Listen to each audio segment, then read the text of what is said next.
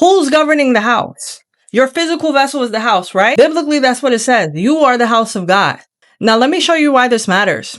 Before you perform a behavior, something happened upstream. So before the action, there was a thought, right? But before the thought, there was interpretation of that thought before it came down, okay? Then there was perception, how you see it. And the perception passes through an internal system. That internal system harnesses your memories. It harnesses your beliefs, your previous experiences. As I like to say to my clients, past data. This is also rooted in your expectation, your wounds, the agreements that you previously made in different seasons of your life, and your entire understanding of yourself as you see it, and the understanding of your people that you come into contact with based on past experience. Okay? This also includes your understanding of God. All of that can influence what you think is happening right now.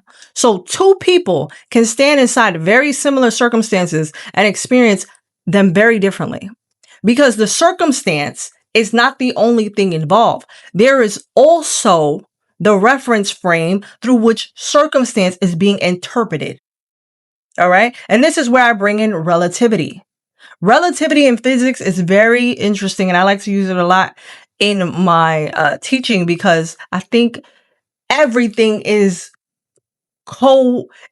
in co-connection with everything else. It's working in relationship to another to produce something larger. And it doesn't matter what it is. It could be a cell, an atom, an organism, a cell, etc. Your heart, your lungs, your legs, your arms, your legs, your coordination. It doesn't matter. Everything is relative to the other to create a larger function. That's why I like to use it.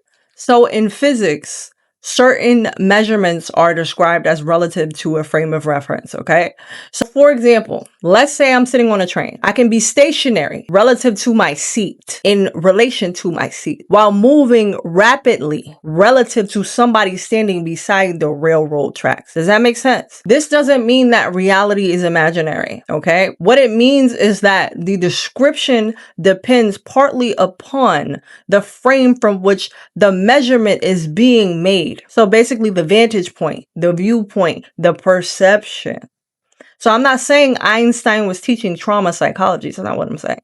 All right. I'm showing you a useful parallel, because psychologically people also have internal referencing frames. So your nervous system, right? So for instance, if abandonment taught your nervous system, people leave me, then what's going to happen? A frame of reference happens. Then somebody needing space today may not simply register as, oh, this person needs space.